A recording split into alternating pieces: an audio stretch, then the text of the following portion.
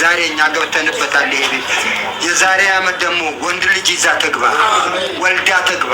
ሩታዬ የዛሬ ዓመት እንደዚህ ተመርቃ ነበረ። እልልልል አያስብልም? ዘንድሮ ወንድ ልጅ ታቅፋለች። ሁሉ መልካም። ሁላችሁም እየተቆጣችሁ ነው። ለምንድን ነው አብርሽ ሰፕራይዝ የማያረጋት እያላችሁ እየተናገራችሁ ነው። እየተናገራችሁ ላላችሁ ደግሞ እኔ አጣርቼ መረጃውን ይዤላችሁ መጥቻለሁ ማለት ነው። ልብ ብላችሁ አዳምጡኝ። እንዲሁም በመጨረሻ የምነግረው ማስተላልፈውን መልእክት አዳምጣችሁ የእናንተን መልስ ፈልጋለሁና ኮመንት ላይ ያስቀምጡልኝ።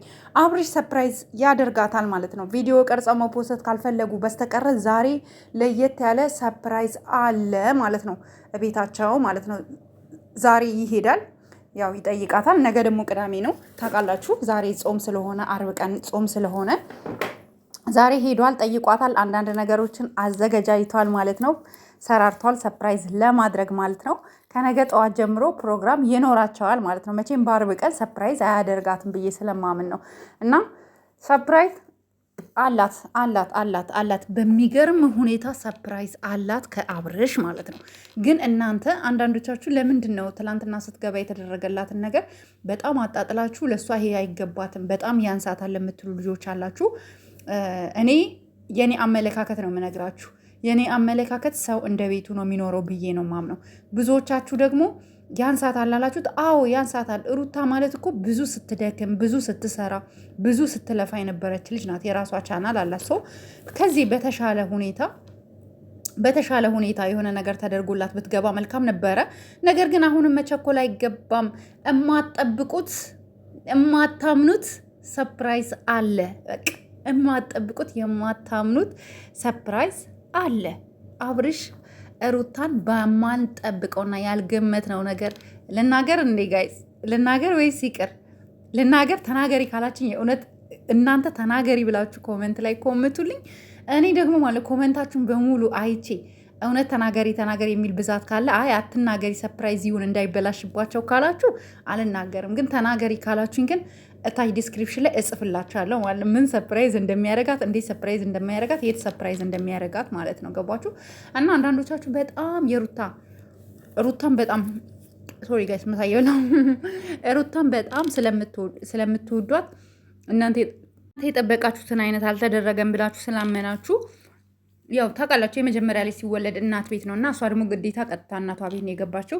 ነገር ግን ማለት ነው አብርሽ ለየት ባለ መልኩ አዘጋጅቶላታል ማለት ነው። የት እንደሆነ ደግሞ አልነግራችሁም። ንገሪኝ ካላችሁኝ እንዳልኳችሁ ኮመንት ላይ ጻፉልኝ፣ እነግራችኋለሁ ማለት ነው። እና እኔ በተደረገላት ነገር በጣም ደስተኛ ነኝ። ምክንያቱም ለምን መሰላችሁ ጋይስ? ሰው ያለውን ነው የሚያደርገው። ለምሳሌ በቃ ዋና ጤና፣ እንኳን በሰላም ተገላገለች፣ እንኳን በሰላም በቃ ልጇን ታቀፈች።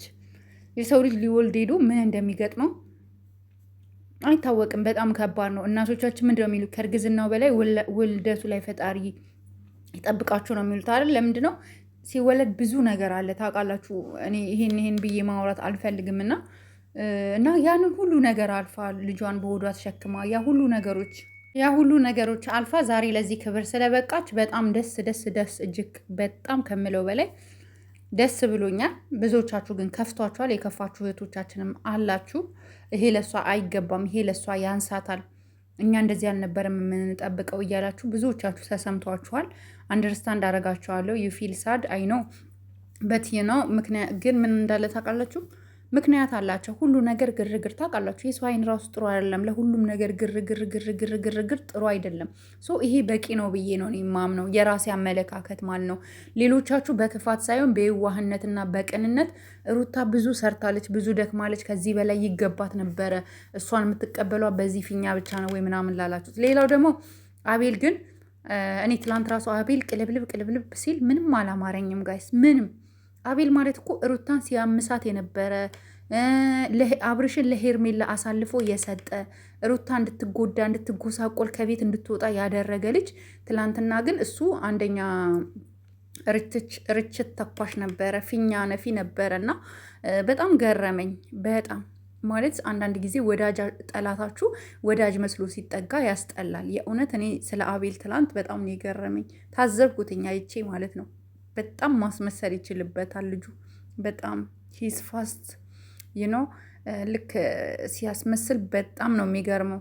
እና ይሄ ነው ያለው ነገር። ብዙዎቻችሁ አብርሽ ከሄርሜላ ጋር አዲስ አበባ ሄዷል፣ ለዛ ነው ትላንት ያልተገኘው ምናምን አላችሁ። አይደለም፣ ለዛ አይደለም። መጀመሪያ ሴት ልጅ እናቷ ቤት ስትገባ ወንድ ልጅ አይገባም። ይሄ በባህል መሰረት ነው። ወንድ ልጅ አብሮ አይሄድም።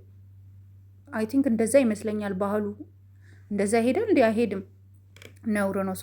እሱ ዛሬ ይሄዳል ማለት ነው። እንደዛ ነው የሆነ ነገር ምናምን ነገር ይዞ ያው መሄዱ አይቀርም። ኦልሞስት ኦልሬዲ ሰርፕራይዝ አለ። እኛ ኩሽኩሽታ ሰምተናል። በደንብ ነው የሰማነው። መረጃው ደርሶናል።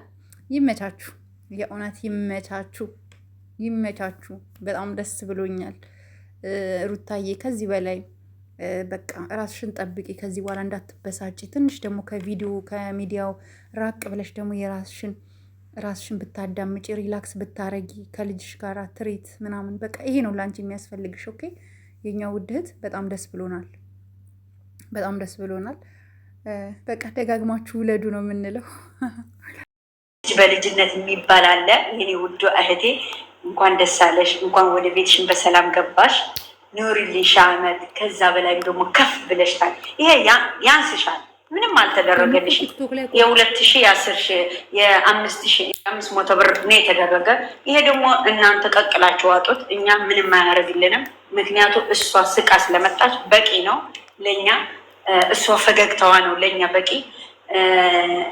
እናንተ ልቅምቃሞች እዛም እንደ ትርፍራፍ ሱኪ ያላችሁ ጥጋችሁ ያዙ። እናንተ ኮንፊደንስ ካላችሁ በራሳችሁ አይዲያ በራሳችሁ ህይወት ኑ አሳዩ። ከሩታና ባለቤቷ እንዴት አመሻችሁ? ከባለቤቷና ከሩታ እንዴት አመጣሽ? ሩቆያዬ እንዴት ነሽ? ሩት አውራሻለሁ፣ በደንብ ነው የማወራሽ ሁሉንም ነገር። እንግዲህ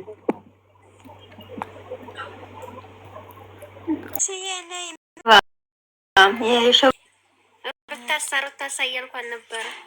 ለምን ነው በትልቁ ነው እምካሪ ሳያገኝሽ በፊት ሳይሄድብሽ በፊት የተወርክ ነበረ። ዛሬ ደግሞ ሳቋን ደስታ ጊዜ ደስ ብሎኛል። ይሄንን ደስታ እንግዲህ እስከ መጨረሻው ድረስ አላህ ያርግላቸው። የሩታዬ ቤተሰቦች በዚህ መልኩ ቅሬታቸውንም ደስታቸውንም ገልጸዋል ማለት ነው። የሩታዬ ቤተሰቦች በጣም ነው የሚለዩ። ለሩታ ያላቸው አመለካከት ከልባቸው የሚወዱ እህቶች ናቸው። በእውነት እንደዚህ አይነት ወዳጅ እንዲኖራችሁ ነው የምፈልገው። ሁላችሁም እንደነሱ አይነት ወዳጅ ይስጣችሁ። ሌላው ደግሞ ጋይስ የሆነ ነገር ሀሳብ ልስጣችሁ። ብዙዎቻችሁ 30 ሺህ ስገባ ብያችሁ ነበር። 30 ሺህ ገብቻለሁና እኔ ደግሞ ነዳያንን ምስኪኖችን ማብላት ፈልጋለሁ። በቪዲዮ መቅረጽ ደግሞ አልፈልግም። ቃል ስለገባውላችሁ ቪዲዮ ልቅረጽ ወይስ ሳልቀርጽ እንደዚሁ ላብላ? እስኪ ከታች ኮመንት ላይ አስተያየታችሁን አስቀምጡልኝ። እኔ ግን መቅረጽ አልፈልግም። ያው ሰርፕራይዝ አለ ስላልኳችሁ ልንገራችሁ ብዬ ነው።